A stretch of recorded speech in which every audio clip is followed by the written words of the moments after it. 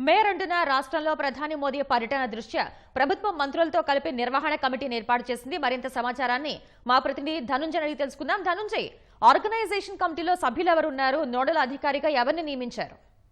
రాజధాని పనుల శంకుస్థాపన కోసం మే 2వ తేదీన ప్రధాని పర్యటన రానున్నారు. ఈ నేపథ్యంలో మంత్రులతో కూడినటువంటి ఒక ఆర్గనైజింగ్ కమిటీని రాష్ట్ర ప్రభుత్వం ఏర్పాటు చేసింది.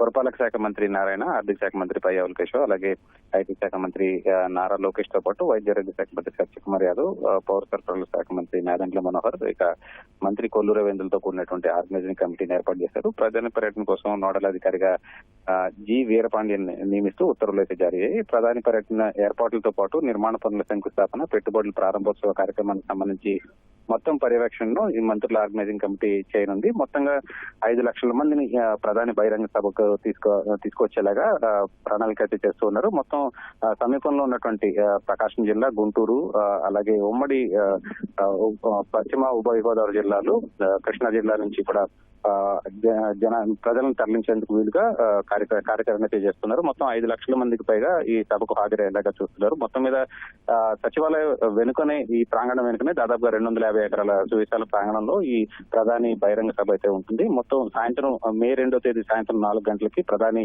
చేతుల మీదుగా వివిధ శంకుస్థాపన కార్యక్రమాలు, అలాగే ప్రారంభోత్సవాలు కూడా ఉండనున్నాయి.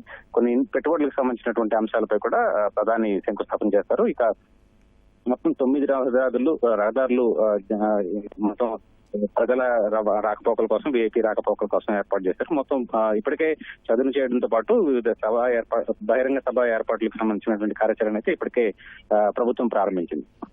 ధన్యవాదాలు ధనుంజయ్.